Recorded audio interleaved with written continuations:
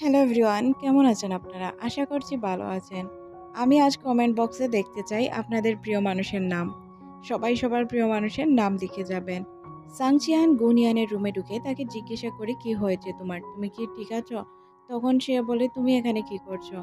তোমাকে আমি কি বলে ডাকবো? মিস্টার কে নাকি সাংচিয়ান? তখন সে বলে তুমি কি বলছো? আমি কিছুই বুঝতে পারছি না। তখন গুনিয়ান বলে দেখো এই ঘড়িটি দিয়ে আমি যখনই প্রেস করি তখন মিস্টার কে এর আসার কথা, কারণ উনি আমাকে এই ব্রেসলেটটি দিয়েছিলেন। কিন্তু ঘটনা উল্টে গেল কিভাবে? আপনি কিভাবে এলেন? তার মানে অবশ্যই আপনি মিস্টার কে। আর যদি তুমি মিস্টার কেই হয়ে থাকো তাহলে এখন পর্যন্ত আমার সাথে এই নাটক কেন করলে? সাংচিয়ানের নাটকটা না করলেও পারতে। তখন সে এখান থেকে সরে যায় আর গুনিয়ান তাকে বারবার জিজ্ঞাসা করতে থাকে। তখন সে তাকে বাধ্য হয়ে বলে দেখো গুনিয়ান, এই বিষয়টি তুমি বুঝবে না। এখানে অনেক রহস্য লুকিয়ে আছে যেগুলো আমি চাইলেও তোমাকে বলতে পারবো না। তখন গুনিয়ান বলে থাক, আপনার কোনো এক্সপ্লেইন আমি শুনতে চাই না। আমি মনে করতাম হয়তো আপনি আমাকে ভালোবাসেন, তাই আমাকে যে কোনো বিপদ থেকে রক্ষা করেন, আমার পিছে থাকেন বা আমাকে ভরসা দেন। কিন্তু ঘটনা কেন এত উল্টে গেল? আপনি এত স্বার্থপর এটা আমি কখনো কল্পনাও করতে পারিনি। প্লিজ আমার চোখের সামনে থেকে চলে যান। আমি আর আপনার ফেসটি দেখতে চাই না। আমি চাই না আপনার কোনো কথা শুনতে। আমি জানি সব খুনের বিষয়ে আপনি সবকিছুই জানেন। তারপরেও আমাকে বলেননি। আপনি আপনার দেওয়া ব্রেসলেটটি নিয়ে এখান থেকে চলে যেতে পারেন। এই কথা বলে সে পিছন ফিরে তাকায়। আর এখানে সে যেহেতু কান্না করছিল তাই সে পিছন ফিরে তাকিয়েছিল। তাকে বুঝতে দিবে না সে যে কান্না করছে। এদিকে সাংচিয়ানো স্পিচলেস ছিল, কারণ সে কি বলবে? বলার মতো তো তার কিছুই ছিল না, কারণ তার হাত পা তো বাঁধা ছিল, এটা আমরা খুব ভালো করেই জানি। এদিকে গুনিয়ানের তার সাথে কাটানো প্রত্যেকটা মুহূর্তই মনে পড়তে থাকে। সে ভাবতে থাকে লোকটি আমাকে সবসময় সেভ করলো, এতটা ভালোবাসা দেখালো, তাহলে কেন এমনটা করলো? হয়তো ওহি ফ্যামিলির সাথে তার কোনো রহস্য লুকিয়ে আছে, তাই সে এমনটা করছে। কিন্তু তার মনে পড়ে এমনটা যদিও হয় তাহলে সে আমার সাথেই এমনটা করবে কেন? আমার সাথে এমনটা না করলেও পারতো। এদিকে আমরা সাংচিয়ানকে দেখতে পাই যে কিনা গুনিয়ানের সাথে কাটানো মুহূর্তগুলো মনে করতে থাকে। এখানে তারা একে অপরকে অনেক বেশি মিস করছিল, কষ্ট পাচ্ছিল। কারণ দুইজনই দুইজনকে ভালোবাসতো। কিন্তু সংচিয়ান তো চাইলেও বলতে পারবে না যে সে তাকে ভালোবাসে। তার সাথে কাটানো মুহূর্তগুলো তার জন্য অনেক মূল্যবান ছিল। সে তাকে ভুলতেও চায়নি, তাকে ছেড়ে আসতেও চায়নি। তার জীবনটাই এমন যে সে চাইলেও কাউকে ভালোবাসতে পারবে না। কিন্তু সবসময় সে স্পেশাল ফিলিং রেখেছে গুনিয়ানের জন্য। তারপর সে এখান থেকে চলে যায়। এদিকে আমরা গুনিয়ানকে দেখতে পাই যে কিনা পিছন ফিরে তাকিয়ে ভাবে আমি অনেক বেশি বলে ফেলেছি। যখন সে নিচে নামে তখন সে তার ঘরের খুব বাজে অবস্থা দেখতে পায় আর বুঝতে পারে ওই লোকটি এসেছিল। আসলে ওই লোকটি কে আমরা বুঝতে পারি না। কিন্তু ওই যে কার্ডটি তাকে দেওয়া হয়েছিল না, হয়তো কার্ডটি নেওয়ার জন্যই কিছু ওই লোকগুলো তার বাসায় এসেছিল কিন্তু কার্ডটা নিতে পারেনি। ওই লোকটি কে যে কিনা কার্ড নিতে চায় এটা আমরা হয়তো পরেই জানতে পারবো। এদিকে আমরা সাংচিয়ানকে দেখতে পাই যে কিনা বাহিরে বসে বারবার গুনিয়ানের কথাই চিন্তা করছিল। গুনিয়ানের বলা কথাগুলো কেন জানি না তার মন থেকে যাচ্ছিল না। এদিকে আমরা ডক্টর জাওকে দেখতে পাই যে কিনা গাড়িতে বসে তাকিয়ে দেখছিল আর তাকে অনেক মনে মনে বকা দিচ্ছিল এখান থেকে না যাওয়ার জন্য। পরদিন সকালে আমরা ডক্টর জাও এবং গুনিয়ানকে দেখতে পাই। তারা একটি মেডিকেল ক্যাম্পিং এর জন্য এখানে আসে। আর তারা আসার কিছুক্ষণ পরই এখানে আমরা দেখতে পাই সাংচিয়ান আর তার ফিয়ন্সেও চলে আসে। এখানে তারা রুমের জন্য কথা বলছিল। তখন তারা জানতে পারে এখানে আর একটি রুমই বাকি আছে। এই এক রুমেই তাদেরকে অ্যাডজাস্ট করে থাকতে হবে, না হয় অন্য হোটেল রুমে গিয়ে থাকতে হবে। তখন সাংজিয়ানের গার্লফ্রেন্ড বলে আমরা আগে থেকেই রুম বুক করে এসেছি, যার কারণে আমাদের প্রবলেম হবে না। তখন গুনিয়ান বলে আচ্ছা, যেহেতু রুম একটাই আছে তাহলে আমি এই রুমেই থাকবো। ডক্টর জাও, আপনি কি আমার সাথে এই রুমে থাকতে রাজি আছেন? ডক্টর জাও রাজি হবে না এটা কোনো কথা, কারণ সে তো এক পায়ে খাড়াই ছিল। সে তো গুনিয়ানকে পছন্দ করতো, আমরা ভালো করেই জানি। তখন সাংচিয়ান বলে ওঠে একটা অবিবাহিত মেয়ে কিভাবে একটি অবিবাহিত ছেলের সাথে থাকতে পারে? বিবাহ বন্ধন ছাড়া তো এটা ঠিক নয়।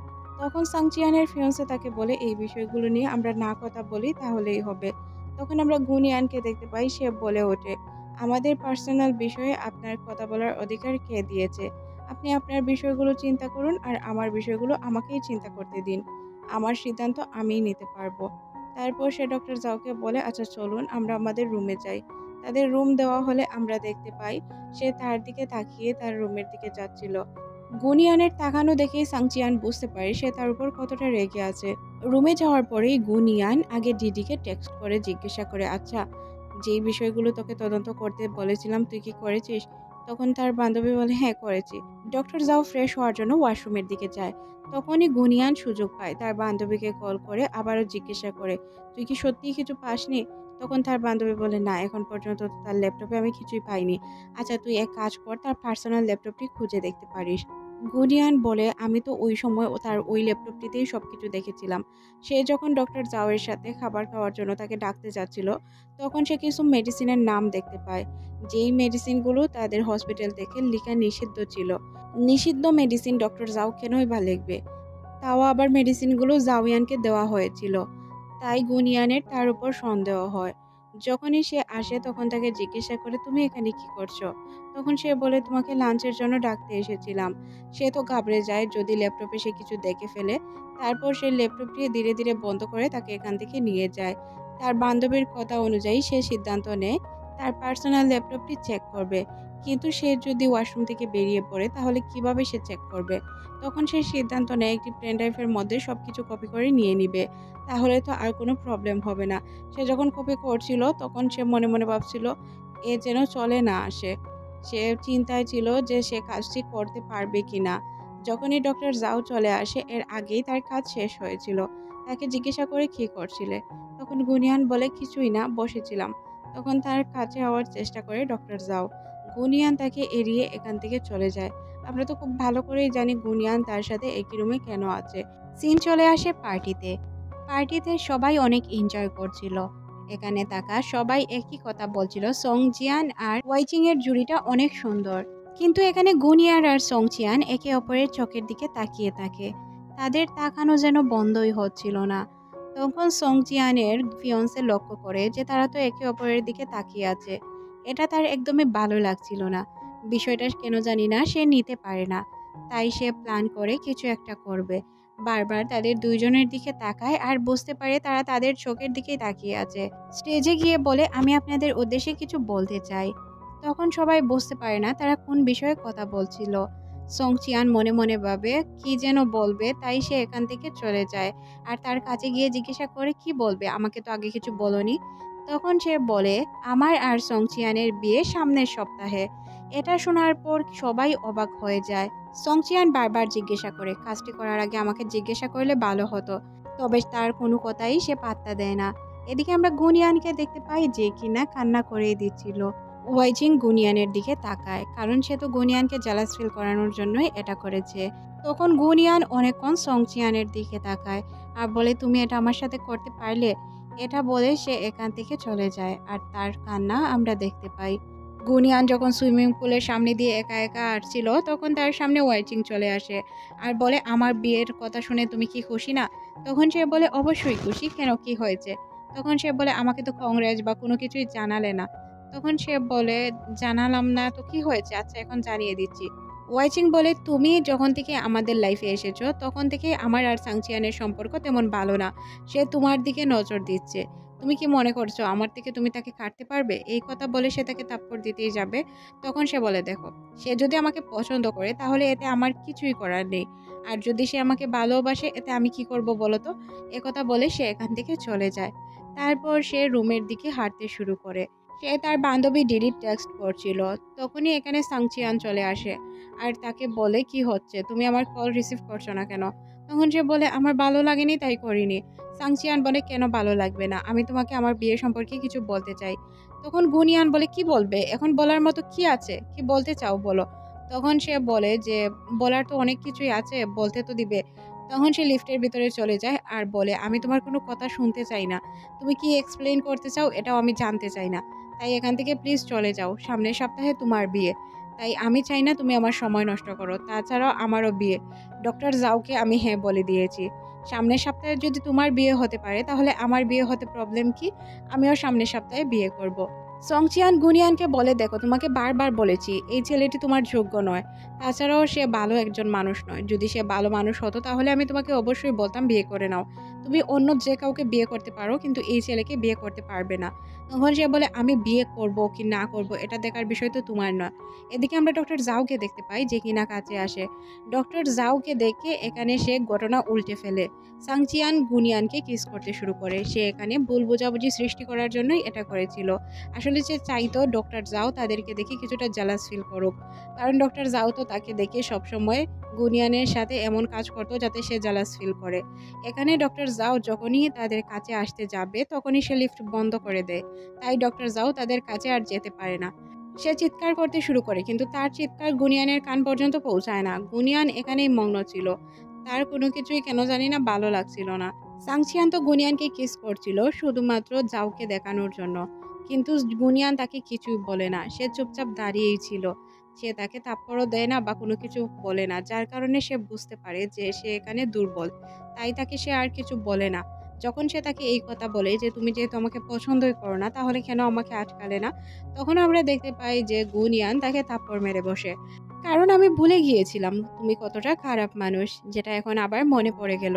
একথা বলেই সে লিফট থেকে চলে যায়। এদিকে আমরা সংচিয়ানকে দেখতে পাই।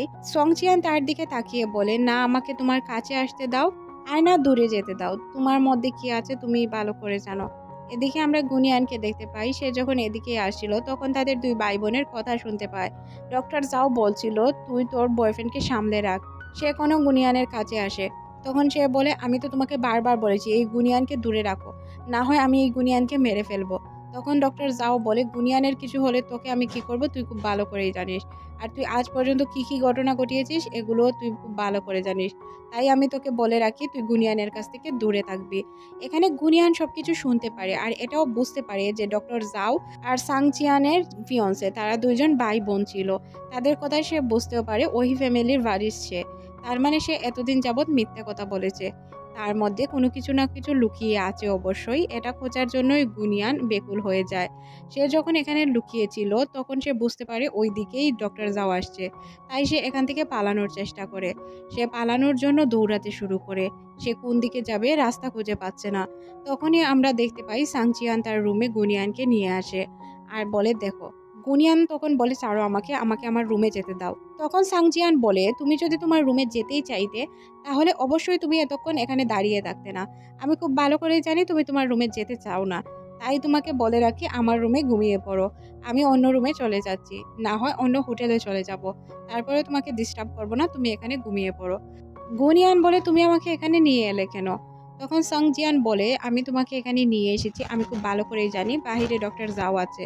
আর সে যদি জানতো তুমি তাদের কথা শুনেছো তাহলে তোমাকেও হয়তো শেষ করে দিত। তাই তোমাকে বলে রাখি তুমি প্লিজ এখানেই থেকে যাও, আমি বাহিরে চলে যাচ্ছি।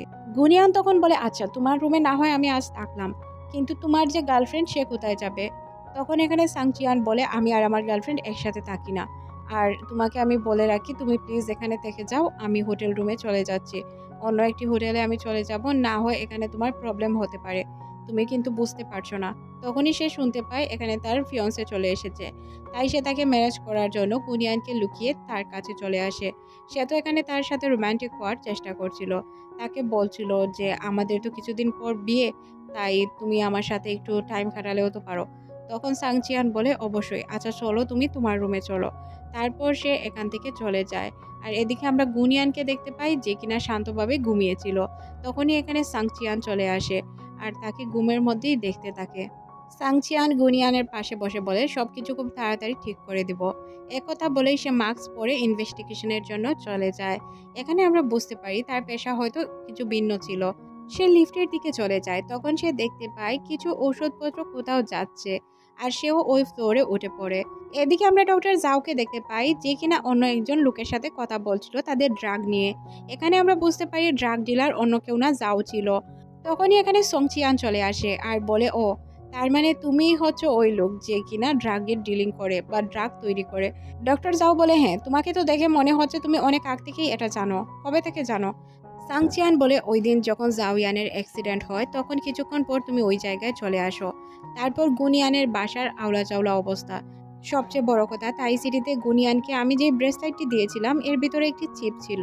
ওই চিপটিও আমি খুঁজে পাইনি। তখনই বুঝতে পারি যে এটা তো গুনিয়ানের কাছের কেউ ছাড়া নিতে পারে না। আর গুনিয়ানের কাছে একমাত্র তুমি ছাড়া আর কেউই যায় না। তাই এই বিষয়টা বুঝতে আমার তেমন কোনো প্রবলেম হয়নি। তখন আমরা দেখতে পাই আসলেই ডক্টর জাও এই চিপটি নিয়ে নিয়েছিল, যেখানে থাই সিটির সব গ্যাংস্টারের প্রমাণ ছিল। ডক্টর চাও বলে, আমি যতটা চিন্তা করেছিলাম তুমি তার থেকেও অনেক চালাক। তাহলে তুমি কি চাও এখন?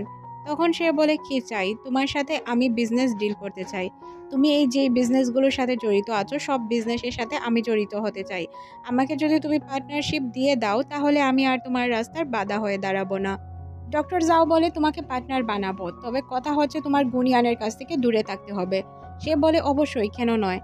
সিন পরিবর্তন হলে আমরা গুনিয়ানকে দেখতে পাই, যে কিনা হসপিটালের ভিতরে চলে যায়। তার বান্ধবী আর সে মিলে দেখেছিল হসপিটালে এমন একটি ফ্লোর আছে যেই ফ্লোরের ঠিকানা কেউই জানে না, এতে এমনি এমনি প্রবেশও করা যায় না। তাই সে চিন্তা করে এই কার্ডটি দ্বারা ওই ফ্লোরে প্রবেশ করবে, যেহেতু তার কাছে কার্ড ছিল। ওই লোকটি মারা যাওয়ার সময় তাকে তো কার্ড দিয়েছিল। এই কার্ডটি দিয়ে সে লিফটের ভিতরে প্রবেশ করে। যখন সে লিফট থেকে বের হয় তখন সে বুঝতে পারে অন্য এক দুনিয়ায় সে চলে এসেছে। জায়গাটা কিছুটা ভয়ানক ছিল, এখানে আশেপাশে কোনো মানুষ ছিল না। সে বুঝতে পারে না এটা কেমন জায়গা। যখন সে আশেপাশে ড্রাগ দেখতে পায় তখন সে বুঝতে পারে এটা ছিল ড্রাগ ল্যাব। আর সে এটাও বুঝতে পারে তার মা আর ডক্টর কেন মারা গিয়েছিল। তখন সে বুঝতে পারে ডক্টর আর তার মাকে মারার পিছনে এটাই রহস্য ছিল, কারণ তারা এই ড্রাগ কোম্পানির সম্পর্কে হয়তো কিছু জানতো, যার কারণেই তাকে মারা হয়েছিল। সে যখন এখান থেকে পালাতে চায় তখন একটি লোক তাকে পিছন থেকে ডাকে আর জিজ্ঞাসা করে, কে তুমি? তখন সে সামনের দিকে তাকিয়ে বলে, আমি এখানে নতুন জয়েন করেছি। কিন্তু সে তার নাম না বলতে পারায়, মুখ না দেখতে পারায় সে তাকে ডাকতে শুরু করে। গুনিয়ান যখন পালাচ্ছিল তখন সে সিগন্যাল অ্যালার্ম বাজিয়ে দেয়। অ্যালার্ম বাজানোর কারণে আমরা দেখতে পাই পুরো গুন্ডারা তার পিছু করতে শুরু করে। এদিকে লিফট দিয়েও সে বের হতে পারছিল না। অনেক কষ্ট করে দৌড়াতে দৌড়াতে সে বেরিয়ে পড়ে। যখনই সে বের হয় তখনই সে ডক্টর জাওকে দেখতে পায়। ডক্টর জাও গুনিয়ানকে বলে, হাঁপাচ্ছ কেন? তখন সে বলে, কোথায় হাঁপাচ্ছি? তুমি এখানে কিভাবে এলে? তখন সে বলে, আমি তোমার বাসায় গিয়েছিলাম, শুনলাম তুমি নাকি অসুস্থ। বাসায় গিয়েছিলাম তোমাকে দেখতে, বাসায় না পাওয়ার পর আমি বুঝতে পারলাম তুমি এখানে এসেছো, তাই তোমার সাথে দেখা করতে চলে এলাম। এখানে গুনিয়ানের তার উপর সন্দেহ হয়। তখন সে গিয়ে বলে, চলো গুনিয়ান, তোমাকে বাসায় দিয়ে আসি।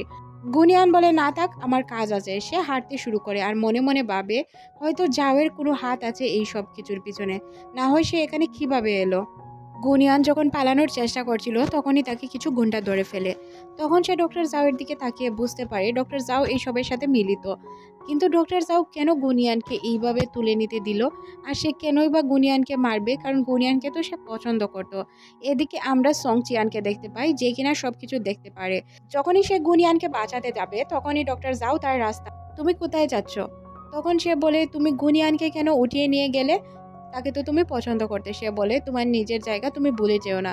গুনিয়ান সবকিছু জেনে ফেলেছে, তাই তাকে মারতেই হবে। এখানে সংচিয়ান জানতো সে চাইলেও কোনো হেল্প করতে পারবে না, তাই সে বারবার পুলিশকে কল করছিল। আসলে তার উপরে যে অফিসার আছে ওই অফিসারকে। অফিসার তখন বলে, দেখো, সাধারণ একটি মামলা আমরা লিখে নিয়েছি, এখন আমাদের তদন্ত করতে কিছুটা সময় লাগবে, আমরা হুট করে অ্যাকশন নিতে পারবো না। এদিকে সে বুঝতে পারছিল না গুনিয়ানকে কিভাবে বাঁচাবে। গুনিয়ানকে বাঁচানো তার জন্য ইম্পর্টেন্ট ছিল। তখনই এখানে তার ফিয়ন্সে চলে আসে আর বলে, আজ আমাদের জামা কাপড় কেনার সময়, কিছুদিনের মধ্যেই আমাদের বিয়ে। তখন সে বলে, আমাকে একটু বাইরে যেতে হবে। তার ফিয়ন্সে বলে, কোথাও যাবে? গুনিয়ানকে বাঁচানোর জন্য? তখন সে বলে, আরে না, গুনিয়ানকে বাঁচানোর জন্য নয়, আমি শহরের বাইরে যাচ্ছি, বিয়ের আগে ফিরে আসব। তখন আমরা গুনিয়ানকে দেখতে পাই, তাকে একটি জায়গায় বন্দি করে রেখেছিল কিছু লোকজন। তখনই এখানে চলে আসে সাংচিয়ান। সাংচিয়ান সবাইকে তো একদম খুব ভালোভাবেই মেরে ফেলে। গুনিয়ানকে যখন সে চালাচ্ছিল তখন গুনিয়ান জিজ্ঞাসা করে, কে তুমি?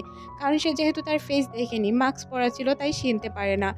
গুনিয়ানকে বাঁচাতে গিয়ে সংচিয়ানও অনেকভাবে আহত হয়। সে নিজেকে অনেকভাবে বাঁচানোর চেষ্টা করে। যেহেতু এখানে অনেকগুলো লোক ছিল তাই সে অনেকগুলো লোকের সাথে পেরে ওঠে না। গুনিয়ানও সংজিয়ানকে হেল্প করে। যখনই তাকে কেউ মারতে চায় তখন সে নিজে সাহস করে ওই গুন্ডাগুলোকে মেরে দেয়। তারা যখন পালাতে যাবে তখন সে দেখতে পায় যে তাদের হাতে কোনো রাস্তা নেই। নদীতে ঝাঁপ না দিলে তারা বাঁচতে পারবে না, তাই দুইজন মিলে নদীতে ঝাঁপ দিয়ে পড়ে যায়।